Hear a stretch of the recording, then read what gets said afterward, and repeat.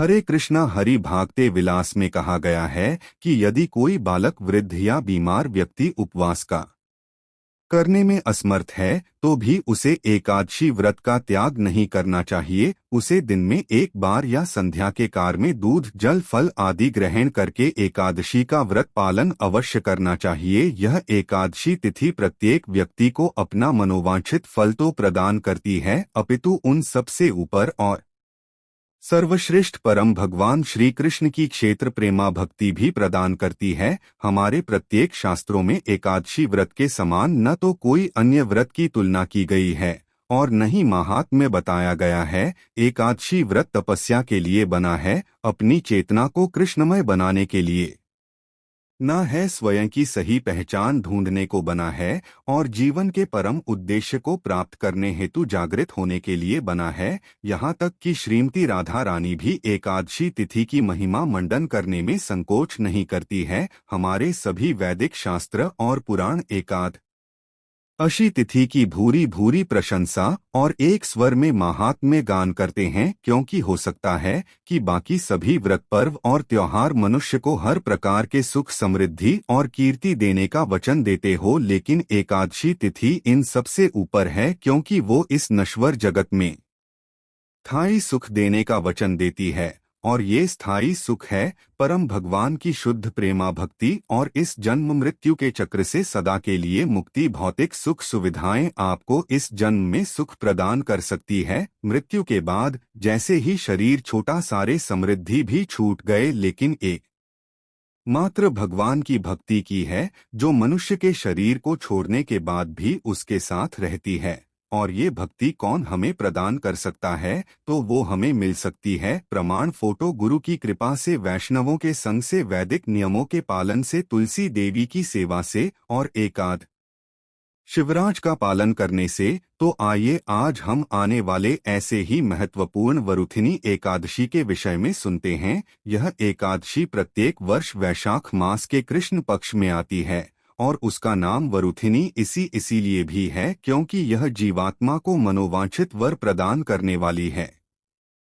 भगवान श्री कृष्ण बताते हैं कि जो व्यक्ति 10,000 वर्ष तक तपस्या करता है और उससे उसे जो फल प्राप्त होता है, वही फल उसे इस वरुथिनी एकादशी का पालन करने से मिलता है। इतना ही नहीं, अगर कोई व्यक्ति सूर्य ग्रहण के समय में कुरुक्षेत्र में जाकर 40 किलो सुवर्णा का दान देता है, उससे जोर से पुण्य फल मिलता है। वहीं पुण्य फल उसे वरुथिनी एकादशी का श्रद्धापूर्वक पालन करने से मिल जाता है। इस बार यह वरुथिनी एकादशी तिथि आ रही है 4 मई 2024 शनिवार के दिन, इसलिए इस बार एकादशी व्रत का पालन हम करेंगे 4 मई को और इस व्रत का पारण होगा अगले दिन द्वादशी पर, यानी 5 मई 2024 रविवार के दिन। पारण करने का यह व्रत खोलने का समय है प्रातः 5:40 से लेकर 10:09 के बीच में। अब देखिए, इस बात में कोई संशय मत रखिएगा कि एकादशी का पालन का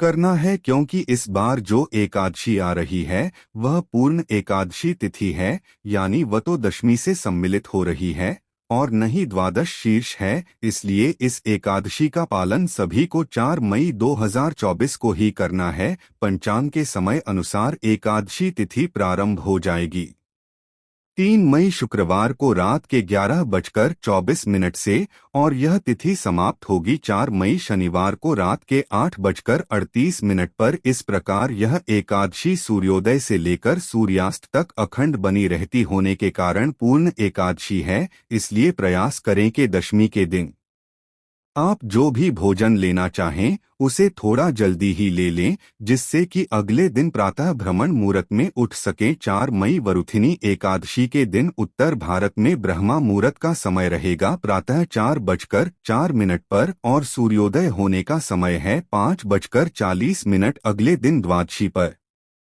व्रत खोलने का पारण समय है 5:40 से लेकर 10:09 के बीच में। वैशाख मास में आने वाले ही एकादशी वर्ग प्रदायिनी है। यह आपको भौतिक वर्ग को तो प्रदान करती ही है, लेकिन साथ ही सबसे दुर्लभ कैसे आध्यात्मिक व यानी परम भगवान श्री कृष्ण की भक्ति प्रदान करने में भी वो सक्षम है। इसके पालन करने से इस लोक और परलोक दोनों में अखंड सौभाग्य की प्राप्ति होती है। इस व्रत के पालन से राजा मांधाता और राजा ढूंढो मार्च में स्वर्ग लोक की प्राप्ति की थी। आइए अब हम संक्षिप्त में देखते हैं कि इस विशेष एकादश का पालन कैसे करना चाहिए। तो देखिए, सभी व्रतों में एकादशी का व्रत सबसे भिन्न है, क्योंकि इसमें कर्मकांड युक्त पूजा और विधि विधान की जगह व्रत करने वाले की श्रद्धा और उसकी मानसिक चेतना पर विशेष बल दिया जाता है। अगर आपने एकादशी का व्रत किया है और भले ही आप कोई पूजा विधि नहीं कर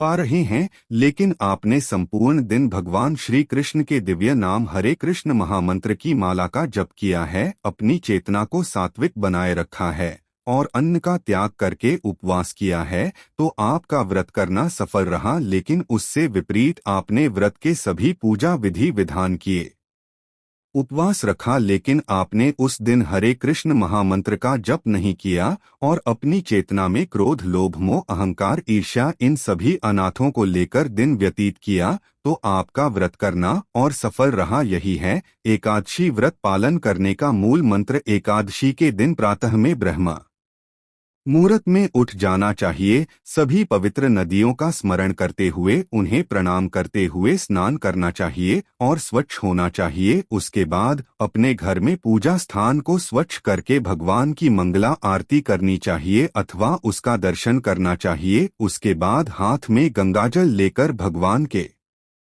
समक्ष एकादशी व्रत का संकल्प लेना चाहिए और उनसे प्रार्थना करते हुए इस प्रकार कहना चाहिए है, केशव, आप सभी मनोकामनाओं को पूर्ण करने वाले परम भगवान हैं। आपकी प्रसन्नता हेतु और आपके शुद्ध भक्ति की याचना करते हुए मैं इस वरुथिनी एकादशी का पालन करने का संग कल पर लेती हूँ। आप मेरे मन, मस्तिष्क और चेतना में विराजमान रहेंगे। इस प्रकार संकल्प के बाद अब तुलसी देवी की पूजा करें। अब देखिए, वैसे तो प्रत्येक घरों में तुलसी का पौधा होना ही चाहिए, लेकिन कम से कम प्रत्येक हिंदू सनातन धर्म का पालन करने वाले व्यक्ति के घर में तो तुलसी देवी अवश्य होनी चाहिए। उनके आपके घर में रहने से आपके घर का वातावरण शुद्ध और आध्यात्मिक बन जाता है, सारी नकारात्मकता दूर होती है और भगवान श्री कृष्ण की विशेष कृपा प्राप्त होती है। तो आप तुलसी देवी की पूजा अर्चना करें, उन्हें आवश्यकता के अनुसार जल दें, पुष्प, गंध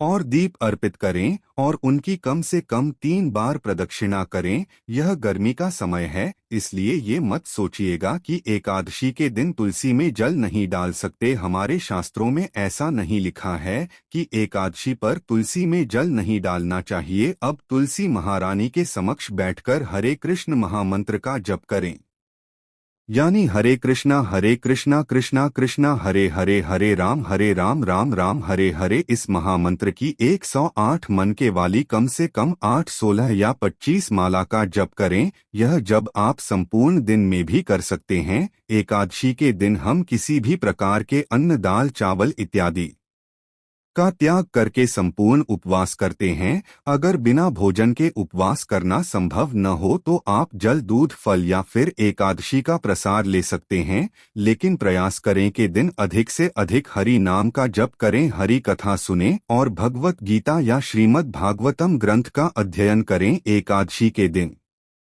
आवश्यक बातों और व्यर्थ के कामों में अपना समय गंवाएं। प्रयास करें कि टीवी, मोबाइल और भौतिक कार्यों से स्वयं को दूर रखें। जितनी आवश्यकता है उतना ही उसका उपयोग करें। किसी के साथ वाद विवाद में न फंसे, क्रोध पर नियंत्रण रखें, असत्य वचन न बोलें और किसी की निंदा और ईर्ष्या भी न करें।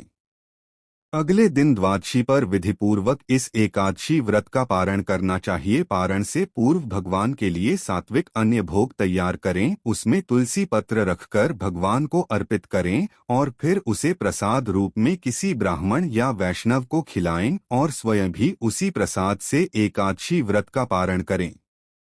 कारण से पूर्व किसी सुयोग्य ब्राह्मण या वैष्णव को अपनी क्षमता अनुसार दान अवश्य देना चाहिए। अगर आप इस कारण के संपूर्ण विधि जानना चाहते हैं तो हमें नीचे कमेंट बॉक्स में लिखकर बताया। इसके ऊपर भी हम आपके लिए विस्तृत वीडियो लेकर आएंगे। तो चलिए इस आने वाले वरुथिनी एकादशी का संपूर्ण श्रद्धा और भक्ति भाव से पालन करते हैं, जिससे कि हम समस्त वर्गों के दाता वरदराज श्री कृष्ण को प्रसन्न कर सकें और उनसे उनके शुद्ध भक्ति में सेवा प्राप्त कर सकें। हरे कृष्णा। धन्यवाद।